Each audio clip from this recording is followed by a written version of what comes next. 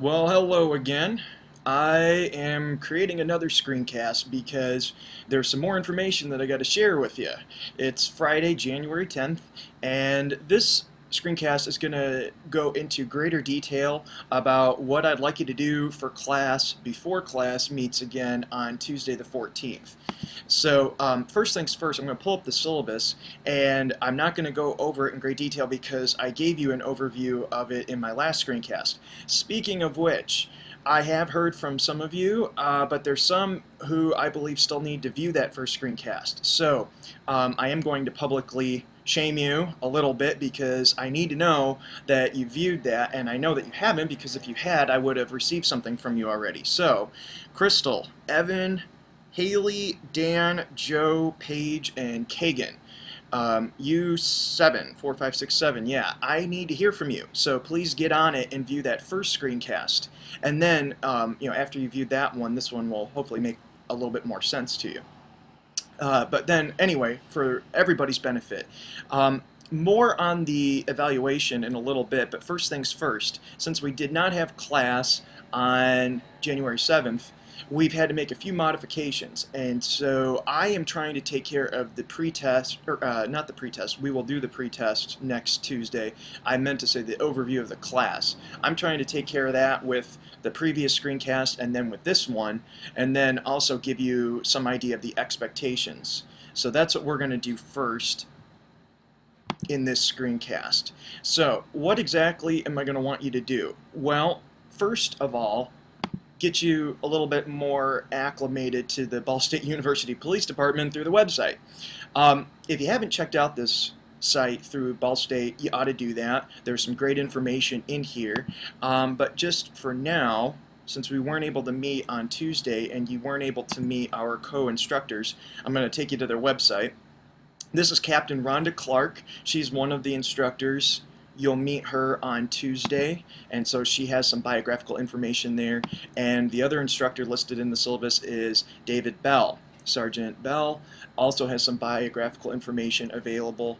These are the two instructors who will work with me to teach the class this semester. And then, of course, most of you may know, especially from the media side, Chief Gene Burton, who also has a profile available here. So that's the first thing I wanted to mention. We do have some co-instructors of the course, and while I'm at it, where are you, Kent? There you are.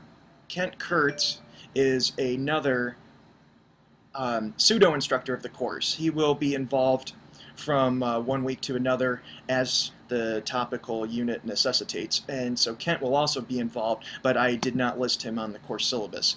So there's a little bit of an overview. The other thing you need to know is that this class aligns with Building Better Communities, or BBC. And I thought I'd mention that to you because there is a form that you need to fill out when you come to class, by the time you come to class next Tuesday on the 14th. And this is what it looks like.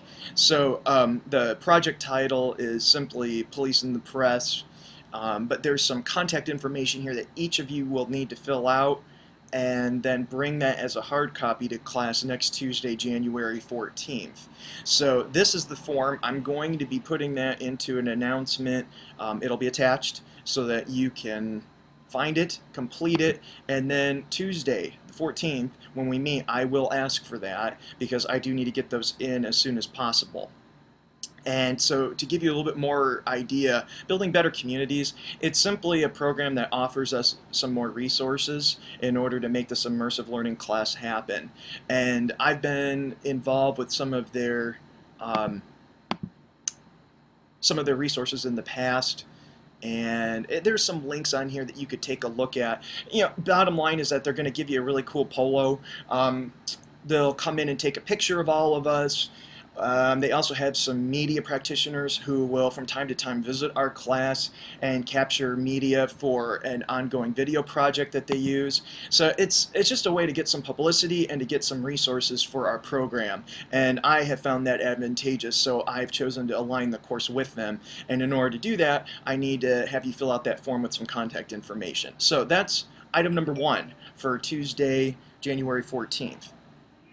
Then after that, we go back into the schedule. So, as I mentioned, I'm trying to give you now an overview of the class with some expectations.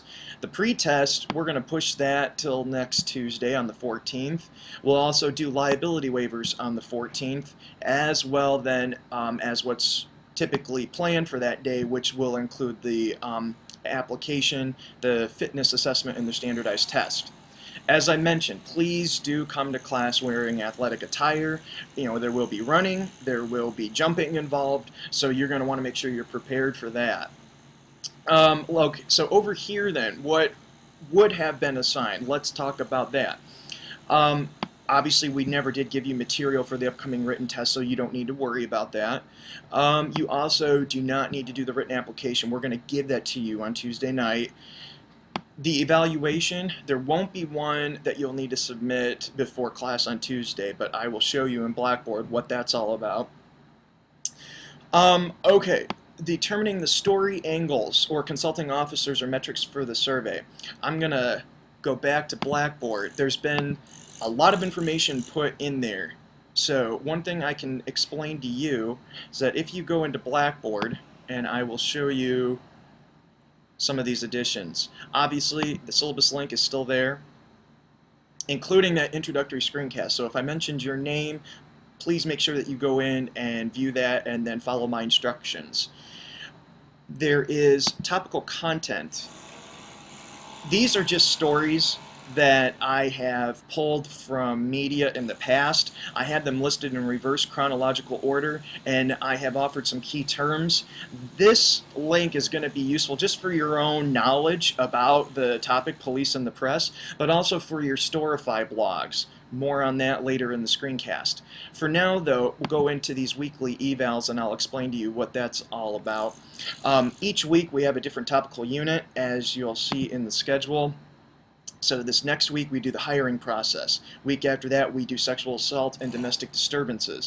And then you'll notice here's the weekly eval for the hiring process, and that it's due the Monday after the class that we have it. So we'll be doing all the application stuff on the 14th.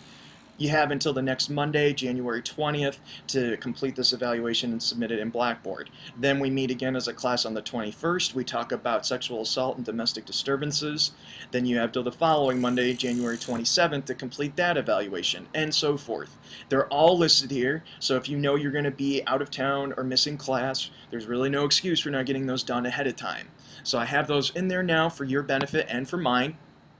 But the reason that I routed us into Blackboard was because of this whole idea of the multimedia feature story and the survey accreditation. If you are a media-oriented student coming at this class from journalism, this section of text that you see here comes directly from the syllabus. The bottom line is that you're going to be doing some sort of multimedia feature story throughout the duration of the semester. Now, what exactly that's going to entail, I don't know yet, but that's exactly what I want you to think about, and that's why I had put that in the syllabus as something to think about. Determine your story angle, or at least think about what kind of multimedia feature story angle you might want to pursue. Just to audibly give you some examples, last semester I had a student choose to do a multimedia feature story about an officer and his canine. So, for example, with those dogs, where do they come from? How exactly are they trained? How often are they trained? What do they do when they're out on their shift? Does the dog stay with the officer, or does it stay elsewhere? How often usually does the canine exist with that officer before it's removed from the force, something like that. And so through video, audio, graphics, text, whatever was appropriate, that student chose to do a multimedia feature story about that topic. I also had someone interested in an officer's tool belt. So in other words, around the waist, what exactly is kept there on their tool belt as a part of their uniform? Where is it on that tool belt? What do those things look like? It was much more, that one was much more graphic, as I recall. So just to give you an idea, I mean, we'll talk more about it. I will unpack these topics with you in greater detail, but I want you to at least start to think about that. Now, that's in here for multimedia features for those of you enrolled from journalism and telecommunications. For those of you coming at this from criminal justice criminology, you're going to be working with me and with our officers to create a survey and to analyze the data from that survey for the purposes of UPD accreditation. So for you, what I'm looking for there is that you're giving some thought to the accreditation process. So what is that? What does it mean for a police department to be accredited? What goes into that process? How often is it done? That sort of thing. I want you to educate yourself about it. You don't have to worry right now about survey creation. We'll talk about that at a later time. But if you are coming at the course from a criminal justice standpoint, this is the section, the link in Blackboard that will pertain to you. So that was something else that I wanted you to think about. Now, again, just think about that. There's nothing really you have to do there, but I would like you to at least get the gears rolling. Now, submit Storify blog topic via Blackboard. What do I mean by that?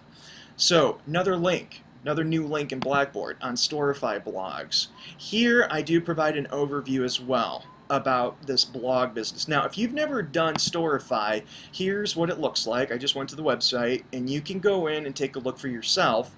What I've also done for your benefit is to go into the overview, and you'll see a table of contents. So here's one example of a Storify blog. So what is the purpose of crime reporting? And if you look here, you've got your headline, and then you've got your subhead. So this particular creator said that he asked on Twitter how journalists cover crime, and how it should change as police blotters go online. And then the conversation brought out all sorts of aspects of the relationship between police, reporters, and the public.